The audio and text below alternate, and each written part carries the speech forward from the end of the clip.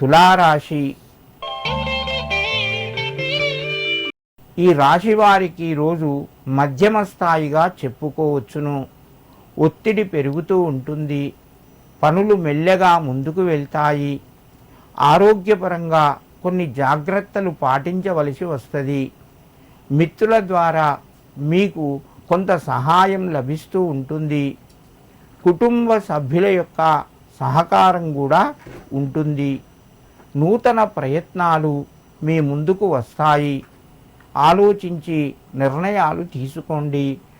తులారాశి వారు ఈరోజు ఆదిత్య హృదయం వినండి, లేదా సూర్యాయ నమః అని చెప్పి ఆ సూర్యునికి నమస్కారం చేసుకొని మీ పనులు ప్రారంభించండి.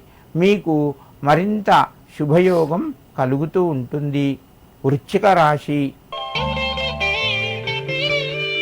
ఈ రాశి వారికి రోజు కొంత అనుకూలంగా చెప్పుకోవచ్చును.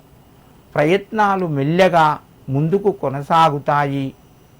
ఆర్థిక పరంగా కొంత ఒత్తిడి పెరుగుతూ ఉంటుంది.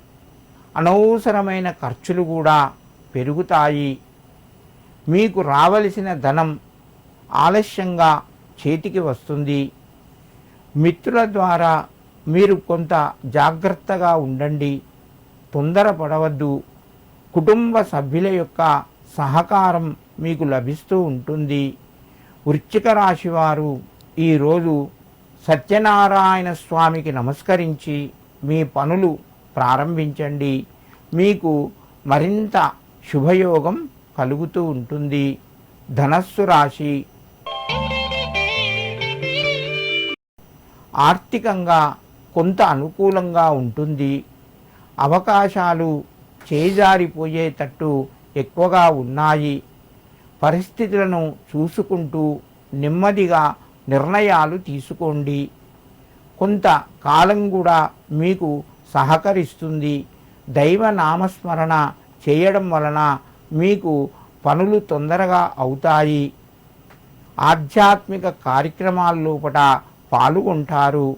విందులు వినోదాలు కార్యక్రమం మీకు ఆ యొక్క సంతోషాన్ని తెచ్చిపెడుతూ ఉంటుంది.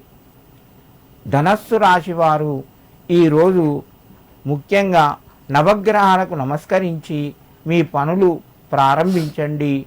మీకు మరింత శుభయోగం కలుగుతూ ఉంటుంది.